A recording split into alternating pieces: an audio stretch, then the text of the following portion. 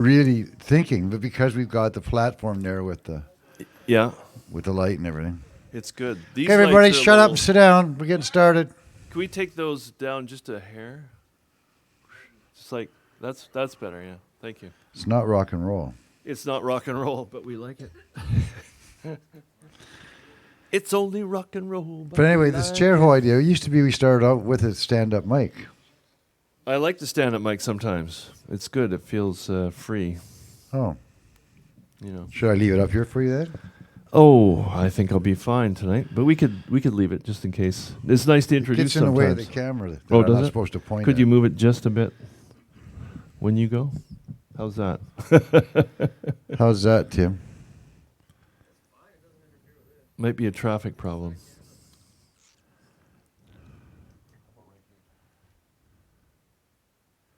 Do you know where the cameras are? No. Well, then, so it doesn't do you any good, does it? Only one. Don't make the readers nervous. Sometimes we do a side view just to get that wonderful Nose view. the Sorry. nose. Hey, there it is again. It's For the Love of Words. Hey. Many wow. years in now. Many years in. Yes, thank you all. And we for got lots of people participating. tonight. That's real cool. It's We've only nice. got 4 listeners. 4 listeners. That's okay. We value the listeners greatly, highly. All the other ones are going to try. They don't listen. They just come to talk. Yes, yes. We value our listeners highly. You do. It's a developed skill. And there's a question and answer period afterwards they have to fill out. Good, good. They You'll be get to quizzed. judge it all. And no, there is no judgment on this. No, that's the big It's about thing. everyone having the privilege and the responsibility to say what's on their mind. Some more than others. Some are more We're not gonna mindful. We're not going to mention their names, but we'll find them out tonight. Yes, we will. It was really good to see like over 15 people. Over 15 or thereabouts. That's I nice. may have yeah. missed count, Mm-hmm. but it's nice to have a good house out. Although we have had 25, 30. What are you talking about? You got a problem? He's lugubrious. He's He's so anxious, I think the word is. He wants his turn. Don't forget that after this, if we all make it really nice and short tonight, we can all go over and get half-priced appies before 10 o'clock. But if you doodle along and you go on forever and just dribble, some of us are going to starve. Speaking of dribble, I'm going to get off this stage. But listen, Bill Levity, please, the host for 12 years now. Thank making you. it all happen. Thank you. I like to call him the poet laureate of the Cowichan Valley. That's not true, but thank you anyway. Well, why isn't it true? Well, a poet laureate has far deeper responsibilities and skills. Well, you're just than- not living up to your responsibilities. That's all. That's true. That's true. Yeah. No, you're the guy that puts his, you're the one who puts it out there all the time. I some wish I wouldn't, but they wish I'd put it back. Yes, I tell you, ladies and gentlemen, it can't be one of those nights, and it looks like it's on its way. So please, Bill Levity, take it away. Thank you, Longevity John, our inspirator 12 years ago for this event. Thus begins my portion of the evening. So I was thrilled the other night to discover, because like many of you, I forget things that I've written. I look at my song lyrics where I forgot to write down the chords. I've forgotten those. So it's like reaching backwards. And I met a woman at Eugene and I went to Crofton, the pub, for some jazz, and Pat was there, and a woman named Lorraine Nygaard, wonderful performer, doing some Nina Simone quite well. And she investigated me when I wrote to her and said, "Wow, I really liked your song on this Reverb Nation." I'd forgotten that I was on Reverb Nation. And the other thing that I'd forgotten was that I'd done a blog on Tumblr, which is a nice place to put your writing. This is called, because you put a picture with them, which always thrills me to have a picture before something I wrote. Here's a babe with a gun and a kind of a belt and a holster. Looks like she's carrying her lunch with her shotgun shells. Sometimes I feel you standing over me with that sly smile, thinking, "What are you up to now, Billy?" But really I'm just going in circles, house cleaning, sorting, an exercise that always creates more mess than it solves. And I think, well, what would I have done last year at this time, sitting in some pub writing inspired lonely man poetry, 'cause only there could I rise above the drum and the toil. Only there did I feel creative and alive amidst the chatter. And I'd step outside to smoke because I had nothing to do with my hands other than write or drink, and that didn't seem enough somehow. I had loftier ambitions. I had ambitions to create and feel things that could not find in my cupboards, that I could not find from the stage or flowing from my pen. And then you came along and threw my safe little world into a flummox. Things are not so safe when you desire the company of another being, and she seems so complete, so radiant without you. But you gotta take a chance. You gotta lay on rocks and swim in cold waters and keep your hands by your side until modern woman says, "What am I gonna do with you, Billy?" And that's when you pipe up, because maybe you think you've got a clue or a hope or a loose plan. And you know you want to kiss her, and you know you want to dance with her and be in the breeze at the ocean with her in your arms, and only blankets and thin tent walls between you and her and the vastness of the universe. And you say, "Yes, I like smart girls, because you're hip to my tricks." And every time you see her, you want to see her again and again. And that's when you know that all the smokes and the beer and the hockey games in the world will not give you what she offers. And so you say, "Kiss me," like it was her idea. And you just try to keep your game together. You just try to be vibrant in this life worth living. Thank you. And I think quite a disturbing thing was meeting someone that you really connected with, and all of a sudden they go on vacation all the way across the world. And so you're kind of just trying to stay connected. In this particular case, it was to Italy, to Florence. What's the Italian name for Florence? Firenze. Firenze. Firenze. All right.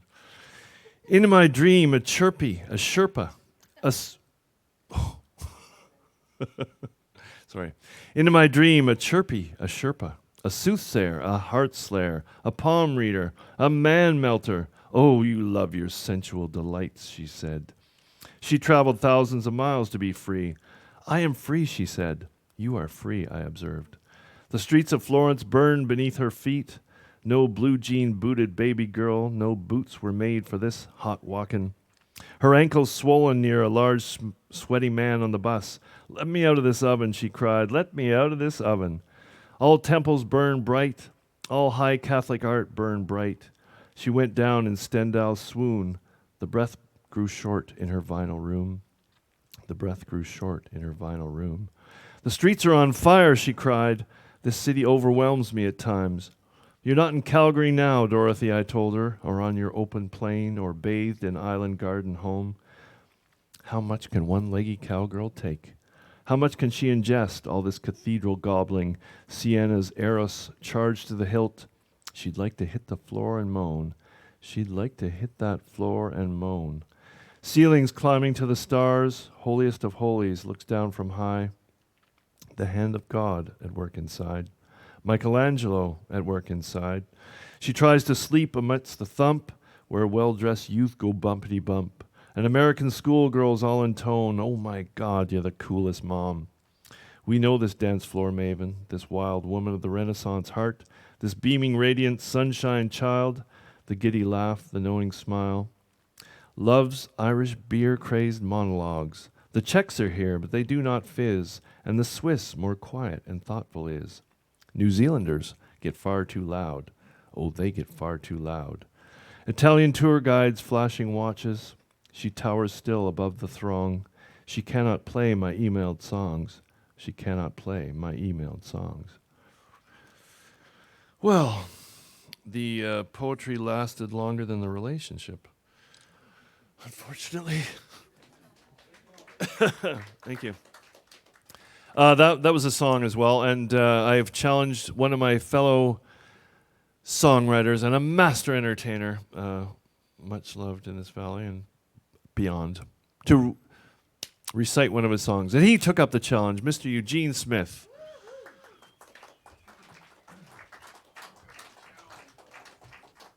Watch out for the electric chair on your way up. Oh, yeah, really. It's a bit of a cumbersome setting, isn't it? Thank you. Right there. Thank you, sir. I'm not going to sit on it. You want to stand? Yeah, I think I'll stand. Oh, sorry. Jeez. Yeah, Billy phoned me up and asked me if I'd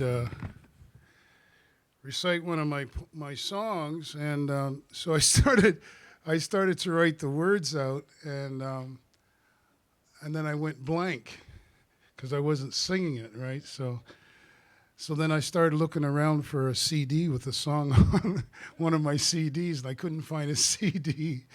So then it all came back to me. But anyways, this is called Thank You, Mother. The world today is in a weaver's spin. Where, why, how did it all begin? And many more people sleeping out in the park while a pretty girl dances barefoot under the stars. Now, one thing you have to remember and never forget, Mother Earth, she's the host and we're the guest. We look to the city skies and see a yellow haze. Well, I'll bet your bottom dollar it's man-made. We've wrapped the world all up in cellophane. The ground beneath our feet, it cries in pain. But one thing you have to remember and never forget, Mother Earth, she's the host, and we're just the guest.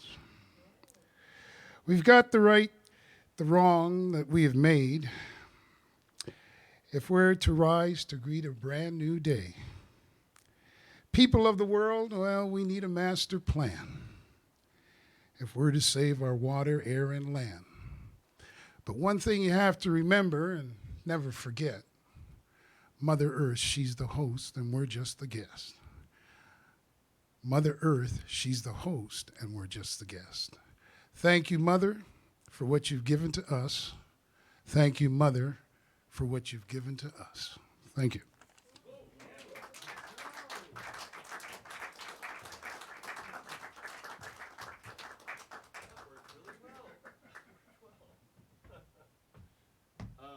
Thank you, Eugene. And Sir Richie is ready. He looks very ready. You want to sit? Pretty close, yeah. I'm going to sit Okay. right here. Right on. Thank you, Bill. Yeah, if you ever get a chance to hear Eugene do it, he's got some awesome musical talent behind him. I'm also a musician. You get two lyrics in a row here, and I'm a member of the Low Commitment Blues Band, and it's just about the right low commitment for me. And we're gonna have a practice tomorrow, though, so I was trying to find something to. So that'd be good to play. I like getting new content in. Anyway, I was going to do one of mine tonight when bringing it here to Bill's, but I found this other song by Bruce Coburn from '73, and I said, no, this is better. And it's Mama Just Wants to Barrelhouse All Night Long. I really like the lyrics, so here goes. Anyway, it's very small, though. I was up the road on Easy Street, watching everybody stand around and cheat. Man comes up and says, move along, down to the corner where you belong. But Mama just wants to Barrelhouse all night long. I hear the city singing like a siren choir. Some fool tried to set this town on fire. TV preacher screams, come on along. I feel like Fay Ray face to face with King Kong. But Mama just wants to Barrelhouse all night long. Mama just wants to Barrelhouse all night long. Sometimes I wonder what I am. Feel like I'm living in a hologram. Doesn't seem to matter what's right or wrong. Everybody's grabbing and coming on strong. But Mama just wants to Barrelhouse all night long. Mama just wants to all night long. Thank you.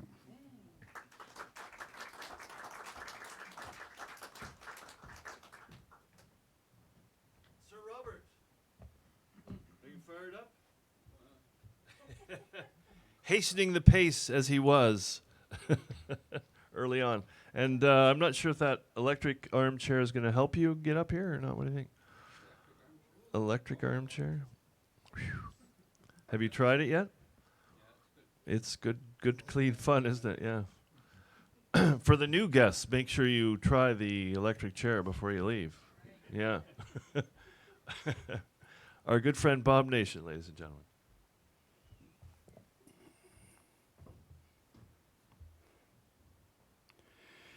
Well, I found a new poet tonight. Does anybody know Cassandra Blanchard? Young woman, lives around here somewhere. I haven't met her, but she's a friend of mine, whom There's a picture of her in the back of her book, her one published book. And she just looks like a sweet, smiling little woman, just fresh out of the forest. But in fact, she was 6 years addicted on the streets of Vancouver East Side. And I didn't really want to read a book about that. And when I started it, I thought it was just like walking through shit, horror. But then I'd read about 3 or 4 poems, and I said, hey, there's poetry here. She knows what she's doing. It's prose poems. There's just sort of about a page of solid prose, hardly a period in it, so I'll read it kind of quick. And I can hardly pick few little sample to give you. I want to go on for many minutes. Anyway, I cut back. So she's the kind of person that we should invite down here. She's a real writer, and I wonder what she's going to do next after this. Anyway, first chapter, first poem called XXX. It's kind of a introduction to the whole book, I guess. I must have turned 1,000 tricks over those 6 years. You name it, I've done it. The perfect whore, young looking so the men buzzed around me like bees on honey. You have no idea how many men see working girls for a quick blowjob in the car after work before going home, or taxi drivers or stockbrokers, all kinds of, like the author of children's books, or the man who was a politician in native self-government, or probably your boyfriend or husband. There are the cold, mean ones, and the okay ones who were not that bad. And I mostly had middle-aged, married white men. And I guarantee you that you know someone who has paid for sex. Once I did a blowjob where he blew his head in exactly 3 seconds. And vampire-looking dude, always, the lights up here are marvelous.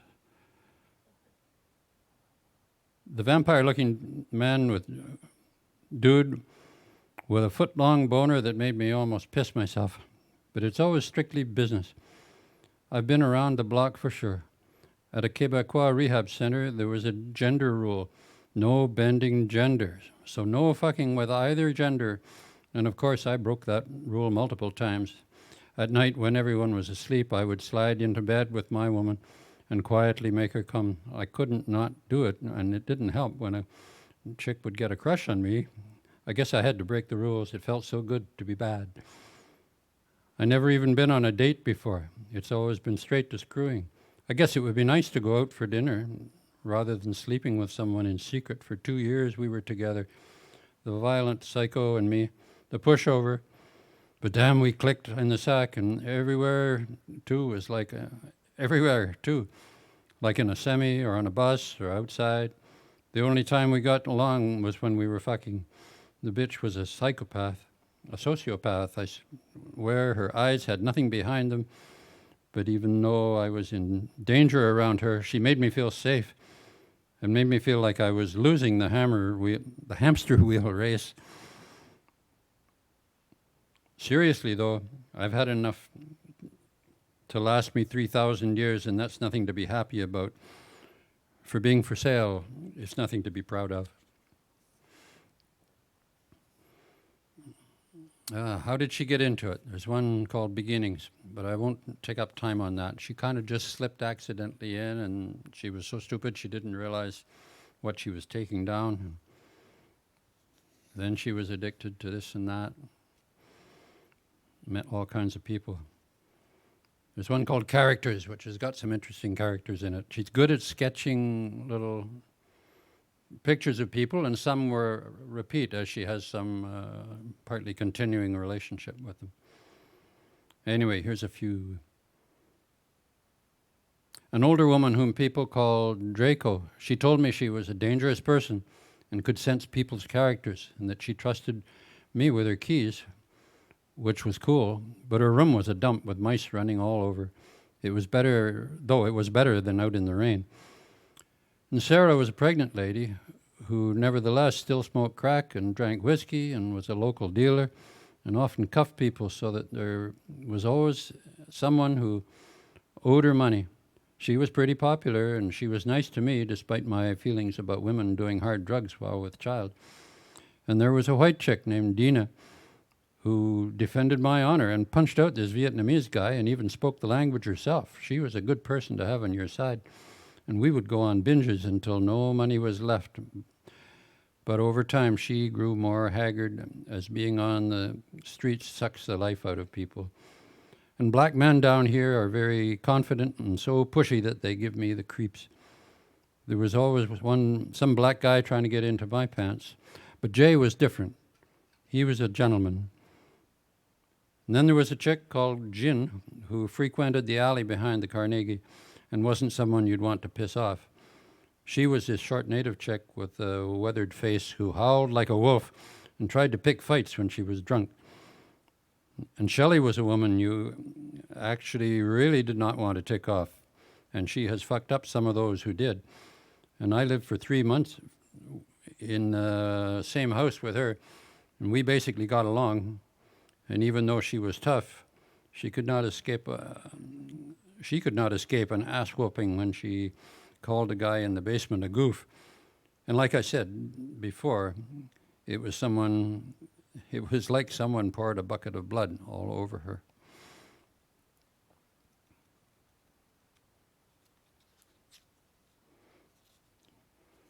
So all kinds of interesting stories that I'm leaving out here. Don't worry, it's only psychosis. I won't read that one, just the title's good. Well, the poem's good too, but here we go. Love 2. There's love 1, love 2, love 3 scattered through different things she loves, people she loves. I was in love with crack cocaine, so close, warming me when I was cold, just me and my rock. The ultimate loneliness of holding my pipe in my fist and not caring if I die, not caring if I live this sad lie. The shit that I would do to score these little white pebbles of cocaine just boggles my mind.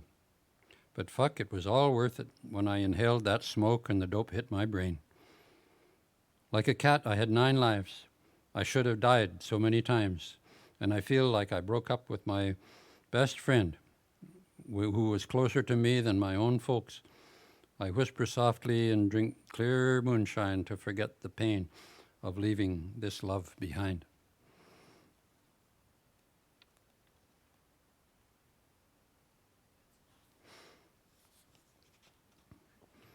Targets. Here's kind of a sad one. Somehow in all this mess she was in, her brain was in, she was observing all kinds of stuff and taking it in. And then later she began to put it out for us. Targets. She used to be a legal secretary, and now after smoking so much dope, she can't even talk right. Nobody knows what she's trying to say, and nobody makes an effort to. So she gets taken advantage of. She let some guy fuck her in the ass for $5 at the Somerset. She shows up with this guy who probably couldn't believe how cheap this nut job was. And she's told by management not to take the furniture apart again. And she's told by management, whoops, or she'll get kicked out. I've seen her walking drunk, talking nonsense, and my friend whispers to me that it's all an act and that this crazy woman is getting the last laugh. But I doubt it. It's obvious her brain is mush. This other woman wore a wool toque and a trench coat, shuffling around and talking to herself. Every time I saw her, I went the opposite way, because there was a hint of hostility in her mumbling, and I felt her demeanor was rather angry. I'd seen her on a bus before when she was having a conversation with herself, and everyone was quiet, until a man started telling her to shut up. But she didn't, as it probably didn't even register. She'd drag her feet around the streets looking for small-time dealer, since she usually only had $3 or $5 for a tiny rock. There are so many women like this, crippled by disease and dope and mental illness, constantly targeted by those who prey on the weak. Women whose humanity is constantly stripped away until they are naked, with no armor.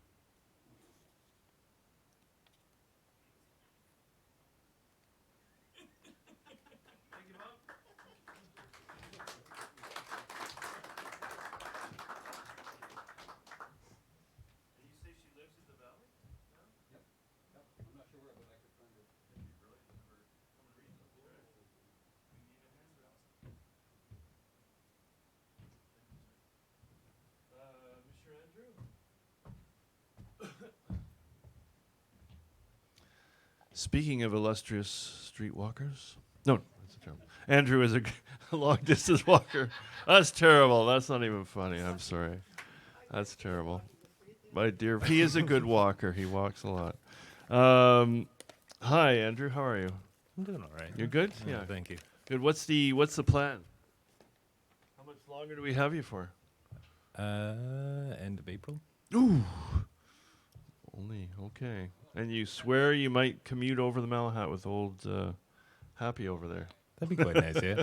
Good. Okay, we'll hold you to that. Thank you, Andrew.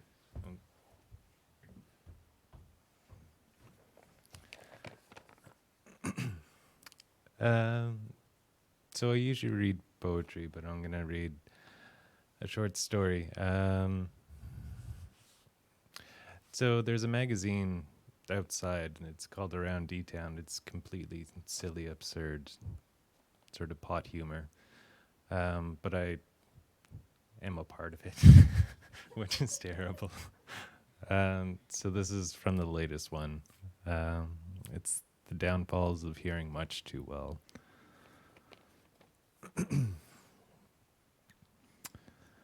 When it happened was known, exactly where not so much. Somewhere public and well polished, with tile floors and a custodian on payroll. Somewhere with a sanitized, bureaucratic feel to it. A janitor was mopping the floors, and whether because he had no fucks to give, or whether because he wasn't just that great at his job, he trapped a pebble in his mop and didn't take the time to remove it. So with each sway, the pebble scraped against the tile floor with a sharp grating screech. And while normally the sound would have been either slightly annoying or just cast away with the cascading dim of the afternoon, a woman sitting in the waiting room was seized by an unspecific terror. With each scrape, she heard something much more than discord. It was evil at its most elemental. Feral and conniving, brutal, coarse, and self-righteous. It resonated deep within her reptilian brain, and something instinctual caught a hold of her. The adrenaline flowed to all her fleeing parts. Her heart changed its tempo from a trot to a gallop and seemed determined to spring right out of her chest. But although everything said to run, she stayed stock still. Even as the receptionist called her name 3 times, even as she could feel the breath of some unforeseen beast on the back of her neck, she could not move.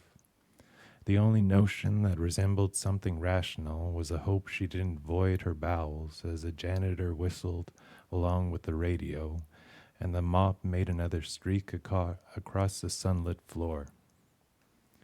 And from then on in, the passing clouds sounded like the 6 white horses on a crusade, tearing a cleft into the sky to expose an absent God. When she tried to sleep, the sheets would audibly writhe under her weight, and whenever she tried to eat, all she could hear was the torment of living things being masticated. And the agony of dinosaurs came from the car exhaust pipe whenever she started it, and spoke in dinosaur tongues which, despite not knowing the dialect, seemed hostile to her. And at night, baseboard heaters sabotaged her sleep, crying themselves hoarse and rusty with all the atrocities they've seen from the tenants throughout the years. For the welfare of her mind, she brainstormed ideas, and as an antidote to all the external noise, considered impairing her hearing to the point of non-existence. But, being a reasonable woman, thought it best to give deafness a trial run.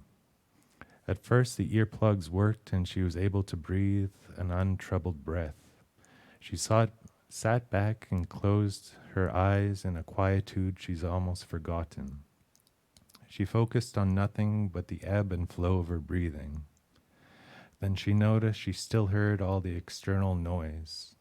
Her skin doing an insect dance, her eyelids gyrating asymmetrically against her eyes, and the toxic pit of her stomach. And soon it all sounded too maniacal and foreboding, hellish and desperately clinging to life. And now, being a reasonable woman, she thought the only recourse would be to do away with herself, thus snuffing out both the external and external noise. She didn't have a rope or a ceiling or a tree she could trust to bear her weight. Though a razor sounded romantic, she fainted at the sight of blood and would probably not make it a millimeter down one wrist before passing out. Surveying the medicine cabinet, she had nothing but Advil and Restoralax, and even if that worked, it would probably be the most absurd way to off oneself. A bird flew by outside. Its chirp seemed to mock her, cutting straight to the nerve of her fertility. And taut and overtired, she could not but give out a guttural, deep-belly yell at all the helplessness of the whole deal. And in that moment, the bird stopped chirping, the traffic and everyday noise, her eyelids and all the external and external workings. They seemed to step aside at the appearance of a fury altogether her own. And it was then that she understood that she didn't need to off herself at all. She just had to scream at the world, which she did. She'd yell herself to sleep, and upon wakening would start her day off hollering at the new morning, only occasionally interspersed with sips of coffee. Now a hallmark on Canada Ave and Station, she shouts through the day, and although she lost friends, although she might be regarded as strange by passers-by, and be hard-pressed to find a job save that of an auctioneer, she's a reasonable woman. And as such, she knows it's better to sometimes be excluded, sometimes better to despise one's own voice than to hate and do away with the world.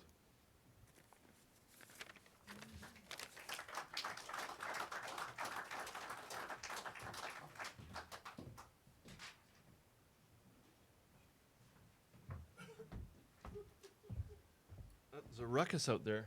How long has DTown been in production now? Is 4 years. Oh my goodness! And do you and Jason edit it together, or do you?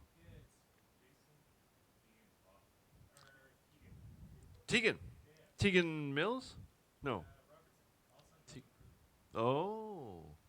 Okay. Interesting. Mr. Moat, have you brought something for us? What was I going to ask you, Andrew? It's gone out of my head now. Oh well. John Mowat, ladies and gentlemen. Careful of the chair.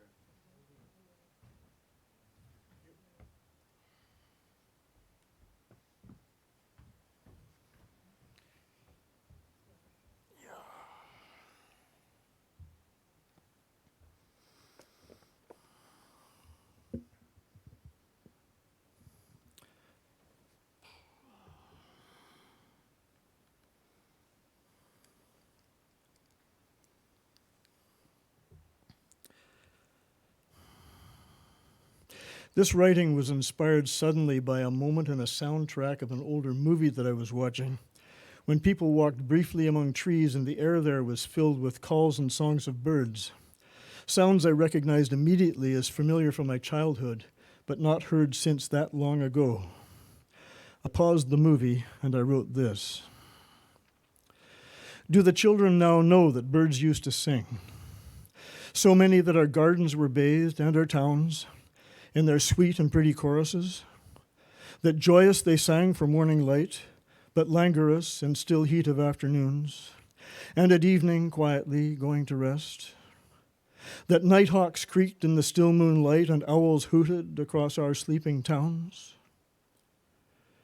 Do children now know that butterflies, colorful, flickered and shone wonderfully as we walked in a day's warm sunlight in living green places, and sometimes might land ever so lightly, wings slowly opening and closing on a delighted child's raised hand? Do children now know that bees by the hundreds hummed in their busy and necessary work among flowers and blossoms in our gardens, and made the place and the air alive with their beautiful purpose? And that fireflies danced silently as if magic all around us as we walked, warm summer nights through hardwood forests? And do children now know there were hardwood trees, great forests of them, widespread massive limbs of oak, elm, and maple made cool, shady places in summer, with butternut and chestnut and walnut, for us to gather from them so much of natural sweetness? What do the children now know of what they no longer can see or hear of the world of their inheritance having been shorn of so much of its living bounty? What fertile silences are possible now so a child might lie in a natural place and gather into their loving soul fragrance and color of wildflowers, sibilance of busyness of insects and music of air, moving soft among green living things? How can the children now know, or should they, that any silence that they might find in the world around them now is not a restful silence of living places, but is silences of absences of places vacant, in dwindling communities of nature lying empty, their creatures vanished forever from the grieving face of earth? How could the children now know, and what does it matter? At a gathering in our community hall, as winds and rains played up, children gathered in shelter on the porch outside, amid choruses of trees and rushing voice in ocean rain-washed forest air. They sang in lovely simple harmonies. The children sang, "Country road, take me home to the place where I belong," while parents looked on and listened in love and admiration. We are so much of wonder in our human lives, so much of love for one another caring, so much through generations upon generations from our most ancient times have we created then from stone and bone, from our wits and our sharing, the roots and stems from which we all have risen, creating so much in our innocent devotions of beauty, of wonder and invention, to this height attained. What wonders we can be, that humanity has done, this so ambitious breed, so beautiful in our own human view, so fragile and at risk. Towards a bright tomorrow our aspirations soar. Such yearning and such vision carries us along, so eager in our direction, but heedless of the storms on every side, disruptions of the means of our sustaining. From this height of our accomplishments, waste and ruin rain toxic down upon means of our survival. But with so much of love, for one another caring, we lift each other up, and on we go into the shining light, our home beyond our understanding. Thank you.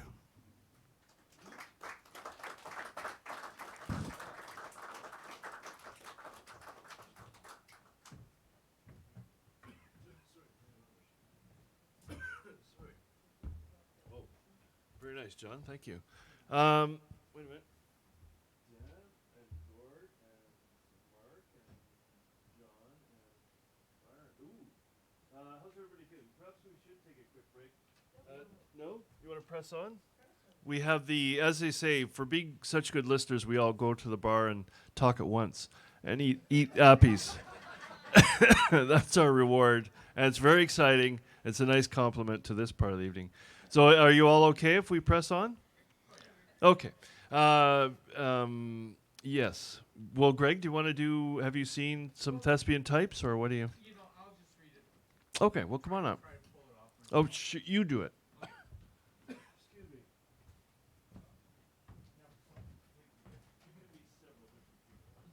can try. Okay, I'm going to try to do something completely different than anybody else has done here. I play around with writing short films and then filming them.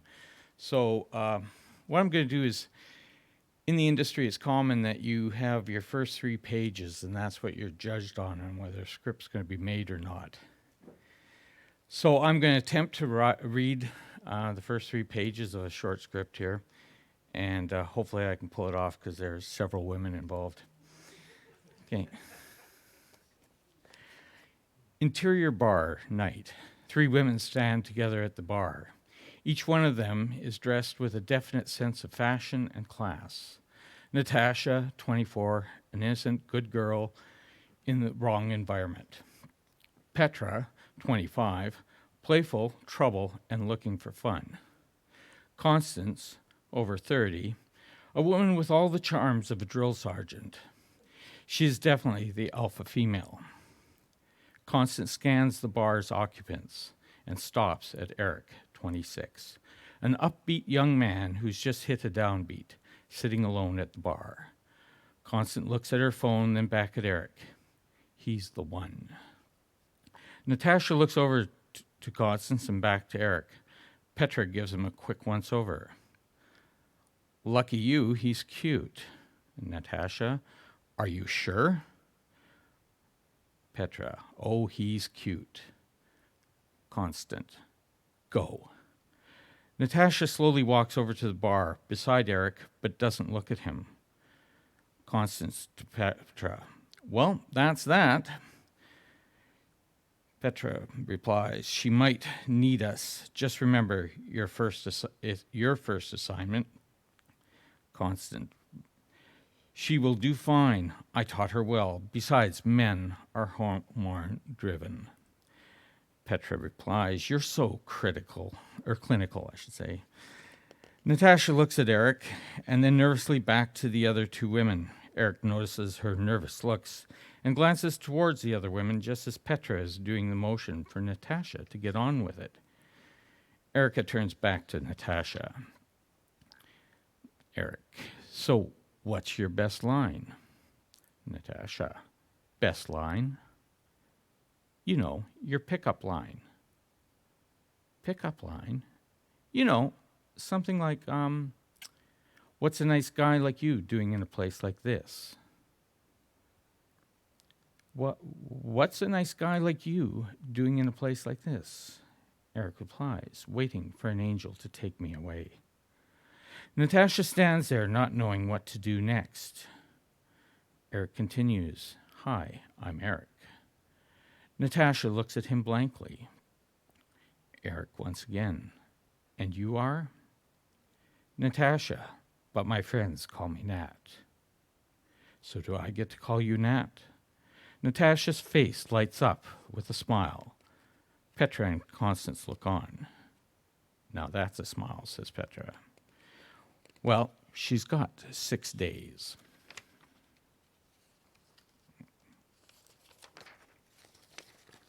Interior kitchen day. Constance stands in the kitchen of a very well-appointed apartment. Natasha unloads the groceries and puts them away. Natasha says, he said he'd call me. Petra enters the room and starts looking through the bags. Constance, that's positive. Petra states, men say that. You'll never hear from him. No, but he promised. Constance then asks, did he give you contact information? No. Natasha's phone rings. Exterior park day. Natasha and Eric walk along a path.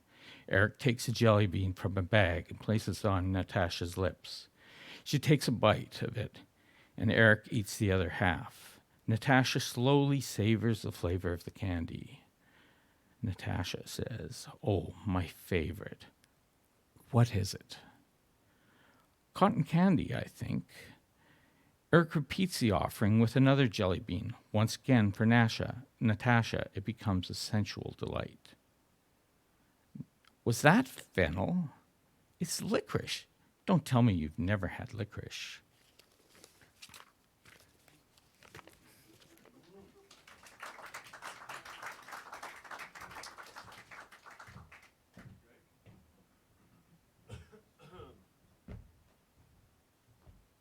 Who was the peppy one?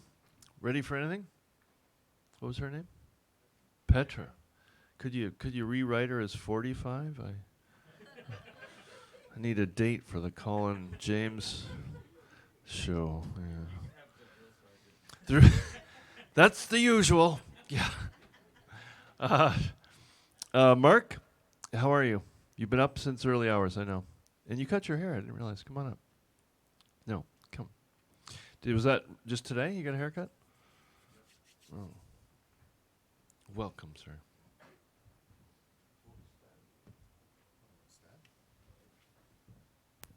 Sure, I'll stand.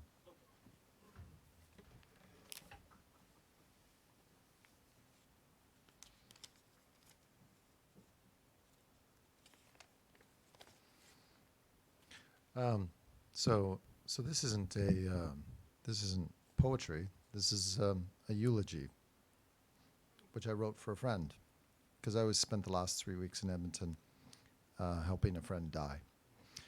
I met Jean 30 years ago, and I think I was helping Jean with her bibliography, and Jean's job took longer than my job, and as a result, I'd read ahead, and I'd find errors in her writing. At some point, I asked who was editing the book she had written, and she answered that it was likely that she would be doing it.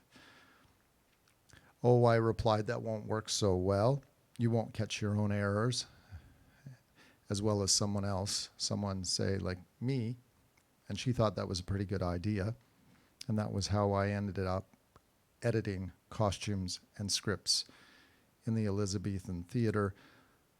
The year was 1991. It was going to be one of a long list of jobs that I'd had in my life before I became a baker. I remember telling Jean post-English degree that I was going to pursue baking, and I'm pretty sure she thought that that was a mistake at the time. As a professor, I know I have told people that Jean could be brilliant, but she could also natter on incessantly, and it almost certainly hinged on the contributions which others were willing to provide to make for the most stimulating conversations or lectures.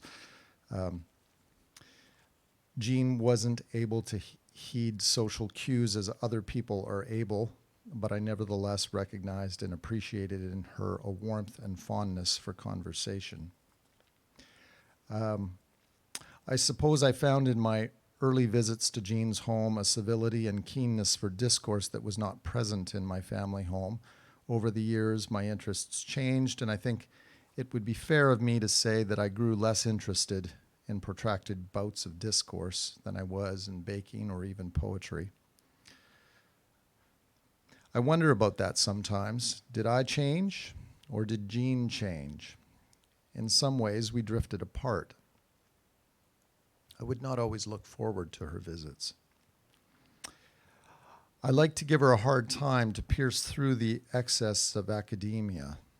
This is my friend Jean, I'd say. She's really nice, except that she drinks too much, and she'd always be amused by the fictions I generated or presented. In recent years, Jean liked to brag about her health. "She's going to outlive me," I'd tell my wife Shannon. Health, schmelth was another thing I would say. "Listen, Jean," I said, "you're going to be hit by a bus." I was jesting, though at the time I had long considered her a horrible driver, and that if there was anything that was going to kill her, it was going to be a bus hitting her. So I suppose cancer is a kind of a bus. When Jean called me 4 weeks ago with her diagnosis, I knew that I'd be helping to carry her through her final weeks, both physically and emotionally. I felt a sense of both honor and duty to provide this final service for her. Through the years, Jean generously helped us a great deal.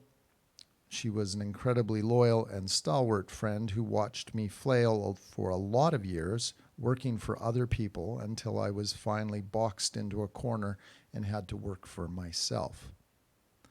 Success followed, and I know she was proud as we paid off first our mortgage 12 years ago and became prosperous in the years that followed. After Jean retired, she bought and sold real estate. Impressed by how we cared for our rental, she asked if Shannon and I would be tenants for one of her houses she was considering buying. We agreed, and when a couple of years later we asked to buy the house from her, she took our rent payments for the house for those 2 years and applied them to the purchase price. When her home was broken into and the thieves stole the sterling silver, she called me up 6 months later to inform me that the insurance company had paid out on the silver, and since the silver was part of my inheritance, what did I want to do with the money? We were living on Vancouver Island now. With that money, we built a small studio, and that studio would later become the bakery.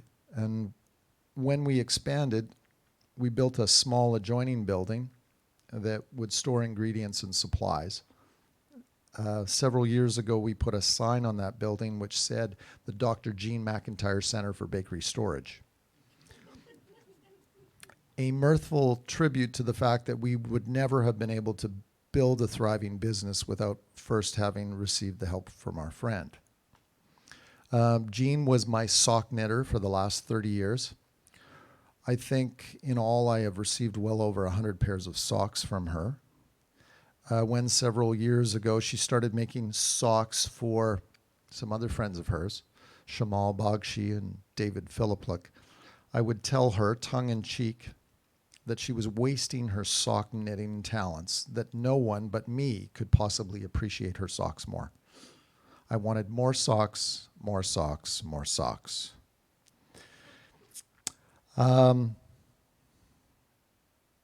More recently, I had told Jean how I had written a post to our customers expressing concern over sock continuity.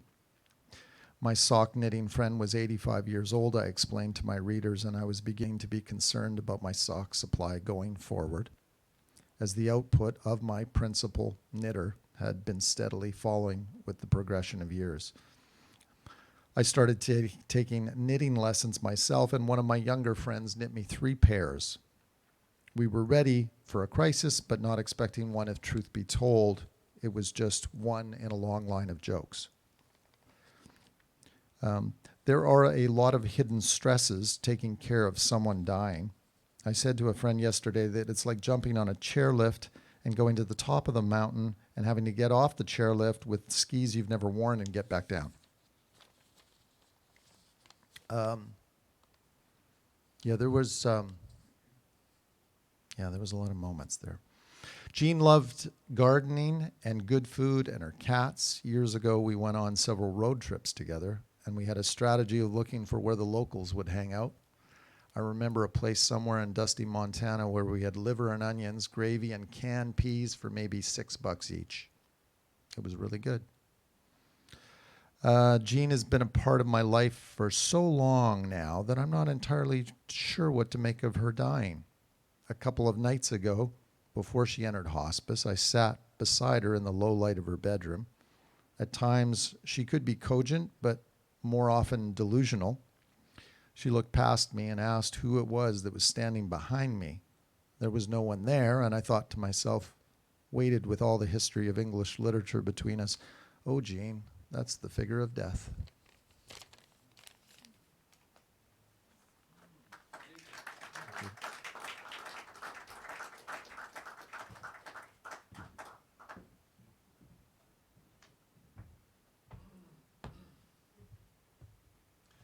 Thank you, Marcus. Well written. My question is, how do you make the top of the tube stay up your calf? It's one thing to knit a circle.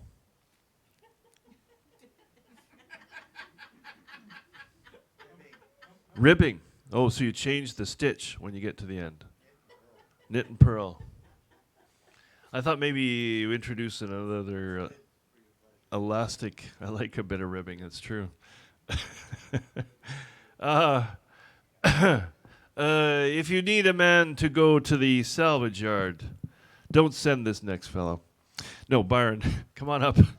Byron was nice enough to pick up a part for me in Langford the other day, and I think they willfully mislabeled it. It was not his fault at all. So that's the lesson in life. If you're going to deal with salvage yards, you should go yourself, and you should take your vehicle with you, because it's a dangerous world out there. You doing all right there, young fella? Oh, here he is. Spry as the night. Okay. I keep waiting for someone to leap up on one of these circles. I don't know if that's a safe thing to do. Probably not. Is it really? It's not the old Gene Kelly Fred Astaire steps, but it's something. Do you want to stand up? Are they real circus circles? No. Bill, I heard salad yard.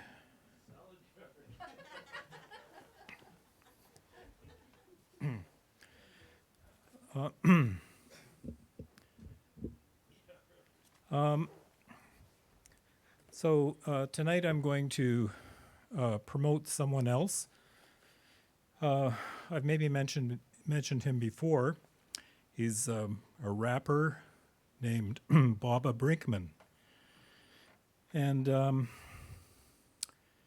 his father is Dirk Brinkman, who is known as the $1 Million Tree Planter. He built a huge tree planting company. How do you work this?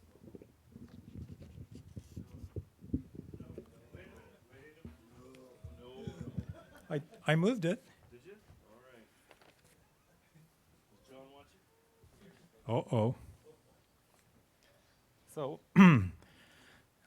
So Baba Brinkman has a wealthy tree planter father, plants internationally, and his mother is Joyce Murray, who is the MP for Vancouver Quadra, and he himself fell in love with rap music, gangsta type stuff when he was really young, and tree planted for 12 years with his father, and got a bachelor's degree in English literature from Simon Fraser, and then a master's degree in comparative English literature from the University of Victoria. And then he took, let's see, he studied like evolution and stuff from this orangutan expert. So we learned all about primates and so forth. So he's really science focused, and he started his career after he got his degrees by rapping the Canterbury Tales, Beowulf, Gilgamesh, and on the internet you can go to YouTube and watch his wonderful videos. He's been making them for years. He's 41, currently based in New York City, where he does one-man shows quite successfully. He raps evolution, raps business, human nature, things like that. So I have to lower this again. Okay, I'll try this.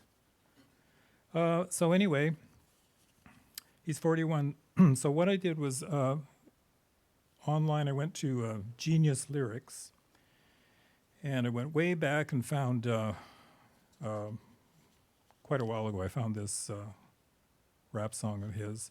See, he really likes words. He's a word guy. That's what I'm trying to impart here. He's a word guy, and this is for love of words. So, so this is something that he wrote from a CD he put out called Swordplay. And of course, swordplay has the word word in it. And this sort of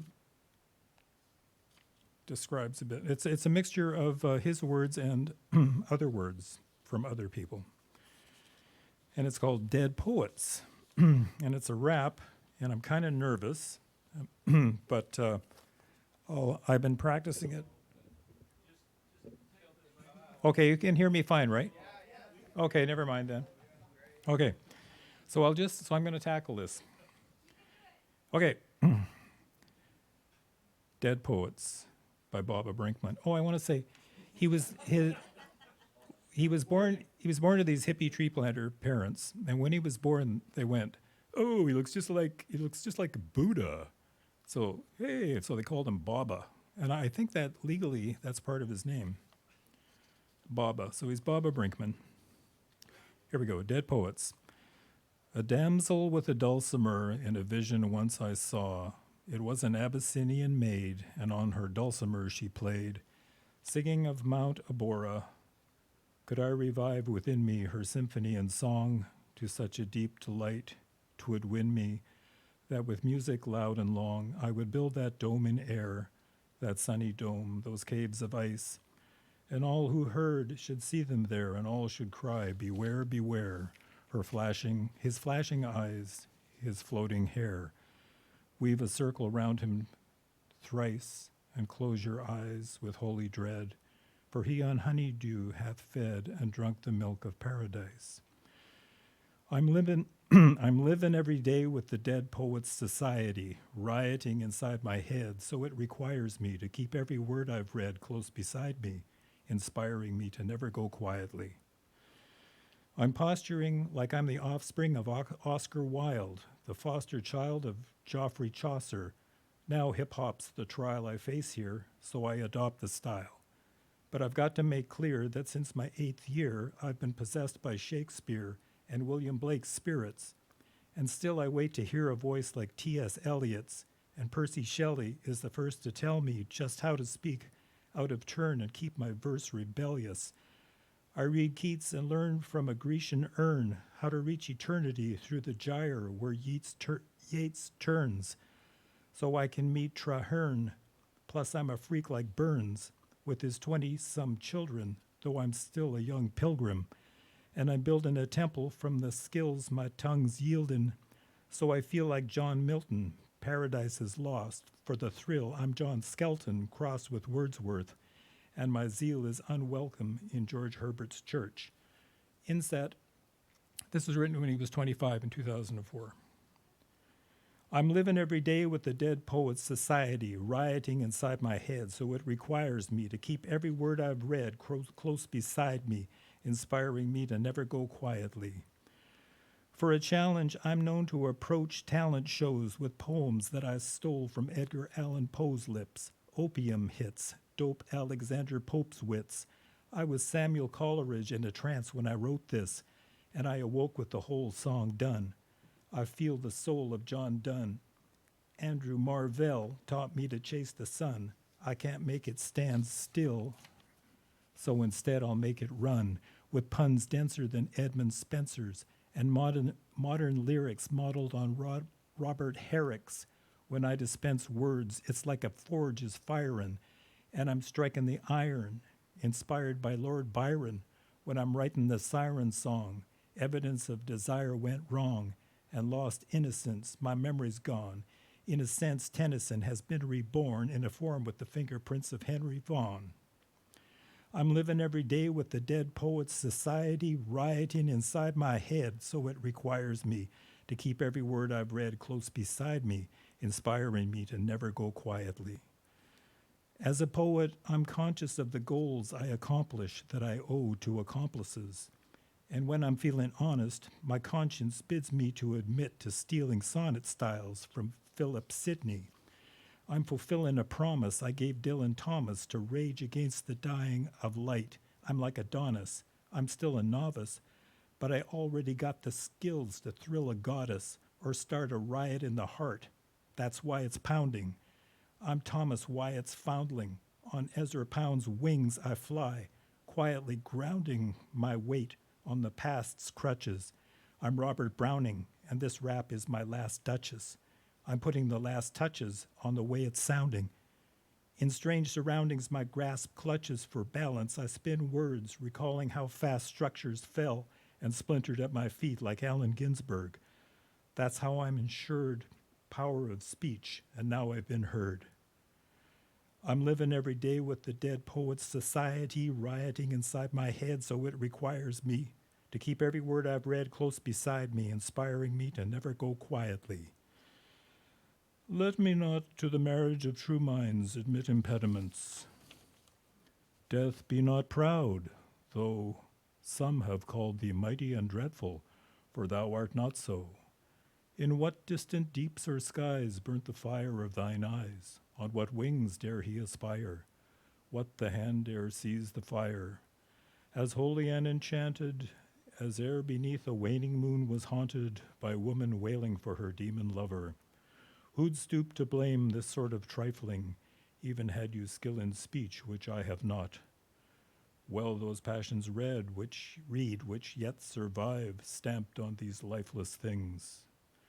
To whom sayest beauty is truth, truth beauty, that is all ye know on earth and all ye need to know. Let us roll all our strength and all our sweetness up into one ball and tear our pleasures with rough strife through the iron gates of life. Thus, though we cannot make our son stand still, we will yet we will make him run. That's it. That's a sample. He's got tons, and it's all amazing. Okay, hope you enjoyed that. Thank you.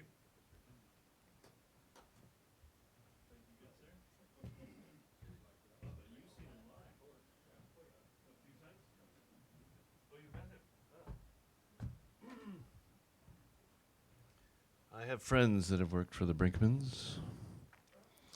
And now a man with the very grit of the street in his writing, the seedy comminglings in back seats and dark alleys. Oh, come on up, John. Okay, he says. How's that mini-series coming? Have you talked to Netflix? What's the next step? Good. Oh yeah, they have one. Oh, nice. Well, you got to start somewhere. Oh, okay. Now you could get a cue from Greg. Now, when you submit something, Greg, to a big company, do you think they want the story? You come that way? Do you think they want a story, or do they want to see it in the format in which you presented? Would they rather? Yeah, for a series or a movie or something. They want a script. Would they? Yeah. Devils. And they want it, what's that, first draft or final? Final draft. There's several. There's writer duet. Yeah. Huh. They want specific software that you use. Oh, really? Okay. And you have to use a 12 Helvetica. Oh, a specific font as well. Specific font because given, well, and part of that is because they can tell Right. if you use that font how long it will be based on how many words there were. Yeah, pages a minute. Oh, interesting. Huh. Yeah. Well, thank you. No trouble. That's why I quit writing a script, because I'm not a script writer.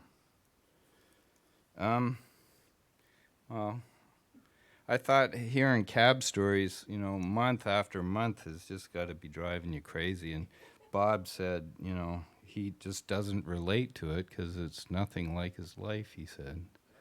Yeah, you did.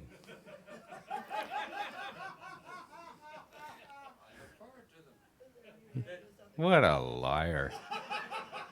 That's when he was called Uber. Uber, yeah. Well, I don't even think you had a beer in you when you said that. It's pure vindictiveness, I'm sure. So I have a 12-minute introduction because my actual reading is only 2 words. Just kidding. So on the 2-word things, I have a friend, Ryan Guldeman, that I write music with, and he writes poetry too. So he has a personal trainer, and she was trading him personal training for music training. And then she said she wanted to be trained creatively. So there's an exhibit at the Vancouver Art Gallery by a photographer named Cindy Sherman, who is somewhat renowned for dressing herself up as all kinds of characters and people and then taking pictures of herself in various settings. So his exercise for this trainer was that they go to the gallery and she look at a painting and then she has to write down the first 2 words that come to her mind when she's looking at the painting. And she was having a lot of trouble with that because she couldn't think of what to say, you know. He says, you're not supposed to think. So anyway, he did the exercise, and then he sent me, he says, you take the 2 words, and then you create by adding or subtracting. So he added. She let us see her, really see her, that rainbow temple, gravid with albino shame and austerity grief. She let us in, that strange room with the gold dog, snarling at the blue period of her childhood. We gape. And she does not hide the massacre on her face, nor does she make up anything, but make down, rather, and scalp her own woman legacy on her own dirty knees. More, please. Please, more, please. So that's what he got out of his 2 words. So I awoke in the night, and I had a picture. My 35, going on 36-year-old daughter doesn't want to talk to me anymore. It's rather bothersome, and I've been reading around, and apparently it's not an uncommon thing to be happening for some reason, which I've yet to figure out. So there was my picture, and I had no idea, and still don't, of what to do. So then I thought, laying in bed, can't sleep, and I thought, what would Jesus do? So then I got up and I wrote this. It's a song, but I'm going to read it. You knocked the ball right out of my court, barricaded in your little fort. I'm the ogre you won't let in, not by the hair on your chinny chin chin. I'd like to know just what I've done. I never meant to hurt no one. I crossed a line you drew in the sand. I didn't see it, so I don't understand. I didn't sleep at all last night. I got up before dawn's light, drink a coffee and write this song, trying to figure how to right the wrong. I look back over 36 years, look for answers through my tears. I'm so sorry I caused you pain. I'm not the man who would do that again. Maybe one day we could look back when the wheels are back on the track. Maybe then we'll laugh again. After all, I'm only human. I ask myself, what would Jesus do to heal this rift between me and you? I pray to God almost every night that you and I can find the light to lead us to that promised land where you forgive and I understand. Well, I don't know about you, but I think that's what Jesus would do. That's the end of that one. And then the next day, I got another song that I called Whistling in the Dark. I started out at dawn. There's no hurry, the day is long. I am the rising sun. I am the Holy One. I found my soul at rest. Always tried to do my best, but sometimes your best ain't good enough. Now I'm fighting my high noon, can't get away too soon. I fell and can't get up, staring at an empty cup. My lost soul gone raving mad. I gave it everything I had. Well, sometimes all you got ain't good enough. The evening came, I got redeemed. Nothing's ever what it seems. For every rising sun, there is a setting one. One lost soul for the taking, one found soul in the making. Sometimes just living life is good enough. I'm just whistling in the dark. I lost my way. I'm just whistling in the dark. Keeps the ghosts away. Just whistling Dixie and pissing in the wind. Yeah, I'm just whistling in the dark.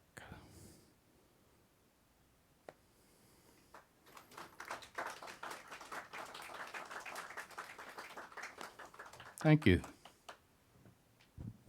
Ooh. Where did Bill go? I'm here. Oh, okay. Oh, I see you doing here. Nicely done, sir. There you go. Do you want your jacket?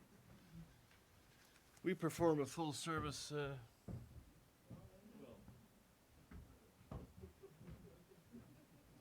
that full.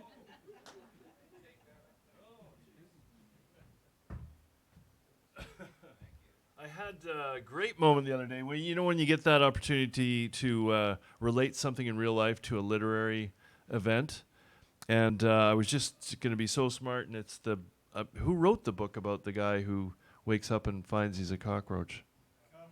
Kafka. It's called Metamorphosis. See, and I just bombed. I got up to the punchline and forgot the whole thing. We don't normally make Deb suffer this much. I'm sorry, Deb, but sometimes you've worked so hard, many years of study.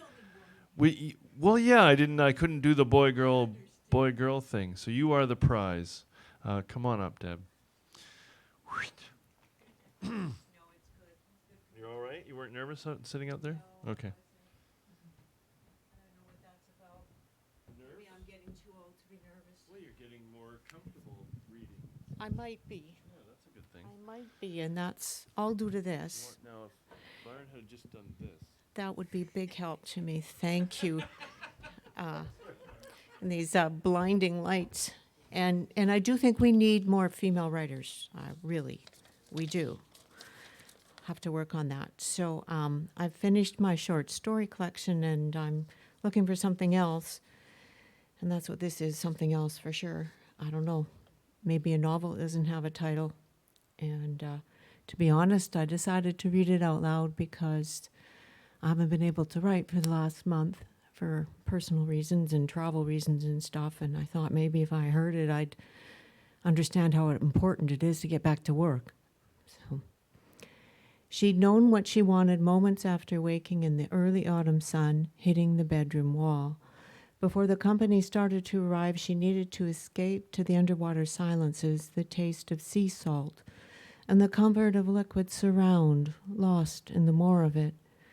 Before she could face the relentless needs of a big family Thanksgiving, she needed time alone. Frank seemed to also want escape, which he did as a force of habit. Their bodies might warm the same bed, but they lived different schedules. Most days, he'd be asleep before she tucked into their flannel sheets under the down comforter, and he'd be gone before she reemerged the next morning. On weekdays, it was the drive over the Malahat that pulled him from bed. On Sundays, it was bacon and eggs and bad coffee with man gossip at the local Greasy Spoon. From the window, she watched his truck pull away. Then she shed her bathrobe, letting it land where it might. She walked naked through their house. He would have told her it wasn't safe to be swimming in the great wild ocean, not without someone watching. What if something were to happen? There'd be no one to help. And that was what she liked best, the secret defiance, the self-determination, the freedom. By the time he returned, she'd be showered and dressed and ready for their arrivals. She took the wetsuit off the hanger and stepped into the second skin, pulling the thick layer over her cushy hips, wiggling to get in, slowly closing the zipper. Her fine hair tucked easily under the hood, which she fitted into the neck of the suit. The water shoes felt cold and gritty around her toes as she let herself out the back door. Black as a shadow, she crossed the slippery rocks to the flat bit of ground covered in crushed oyster shells. Although it was barely large enough for two people to stand, they jokingly called it their beach. The surface of the ocean sparkled with sharp white light, fading to the unreal in the distance. Through the glare, she saw a great blue heron flying low, its prehistoric wingspan moving quickly over the quiet waters. She tiptoed beyond the edge, taking small steps into the altered state where water relieved her of responsibility. When the cool gripped her waist, she allowed herself to drop backwards into the great float she came to worship.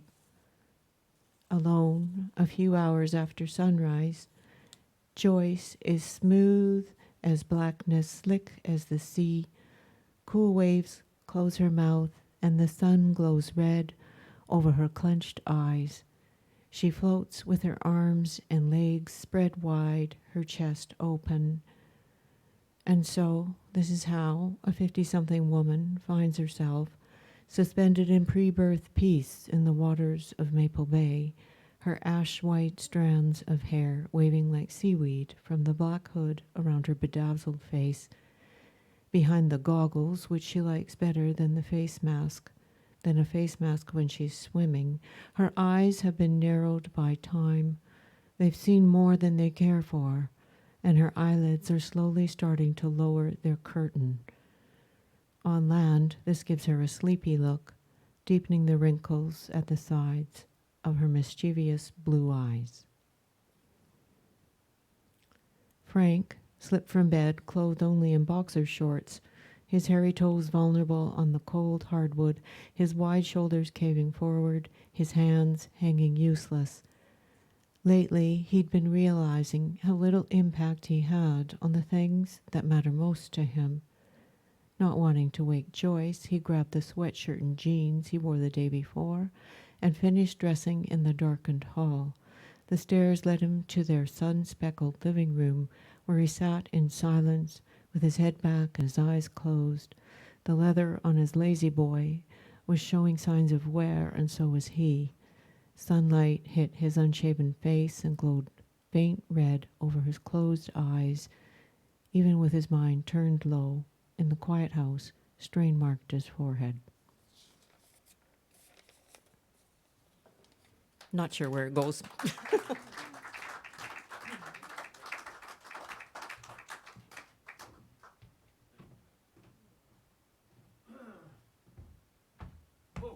And thank you all. I won't stretch you out any much longer. Thank you for being such a good audience. Besides our efforts in sharing and writing and sharing is this great skill of listening to each other, which is a wonderful thing. The thing you will do in the summer is you may come out to see us perform Shakespeare at the farm, Shawnigan Players. Shakespeare master storyteller, like Eugene in his field. The greatest soap opera writer ever. The king, Leontes, descending into madness and jealousy based on a short conversation his wife has with his best friend, a conversation he has urged her to have to plead with him to stay. And he just goes ballistic. And my wife, Paulina, I'm playing Antigonus, very strong woman. She pleads with the king to come to his senses. In fact, the king rejects his own daughter, convinced that it is an issue of the loins of Polixenes, and they've had absolutely no time for unlawful congress, let me assure you. So, I, as the lord and confident and servant of the king, am torn between my wife, who brings the baby forward for the king to accept and love. The king forces me to take it to a far-off land, Bohemia, great name, from Sicilia, and leave it out in the woods to die. I feel I must perform this duty. You know how it is with kings. It's like getting an order from Long John, really. No, I don't mean that. So anyway, there I am in the wilderness with the baby. Lay the baby down in the desert. Yes, and who appears but the ghost of Hermione, the baby's mother, of course. This she says to me: "Good Antigonus, since fate against thy better disposition hath made thy person for the thrower out of my poor babe, according to thine oath, places remote enough are in Bohemia. There weep and leave it crying, and, for the babe is counted lost forever, Perdita, I prithee, call it. For this ungentle business put on thee by my lord, thou never shalt see thy wife Paulina more. Not only that, but I'm tearing apart and eaten by a bear in the first act. I'm going to be sitting around a long time in that play. Anyway, it's great stuff. You should come and see it. It's in August, and we perform a preview for the wonderful 39 Days of July, Longevity in the Showroom's amazing longest festival in the world festival. And it's fun for us thespians to come into the park with the buses and the chickens and it's not that many chickens, maybe pigeons. And it's sort of a warm-up for us. We do it as our dress rehearsal. But the farm where we perform is in Couch and Station, so you're in the, John knows this, he's been in them. You're in an orchard looking out to a pasture, and it's just beautiful. Shakespeare comes alive. So we're doing A Winter's Tale and Little Women this year. Thank you all again. Wonderful contributions this night. Hope to see you back again, and that, Stephen, you'll bring your crew and perhaps read. And as I say, now we go to the bar for half-price appies and beer and talking all at once. Thanks, John, and thanks, Eugene, especially for that recital. Thank you all. See you soon.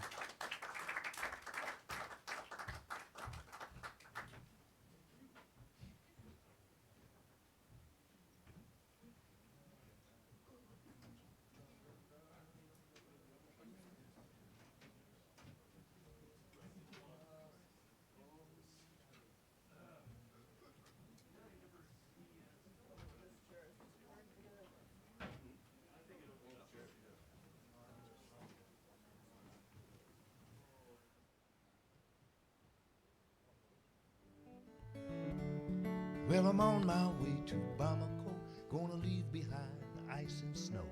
On my way to Bamako to see what I can see.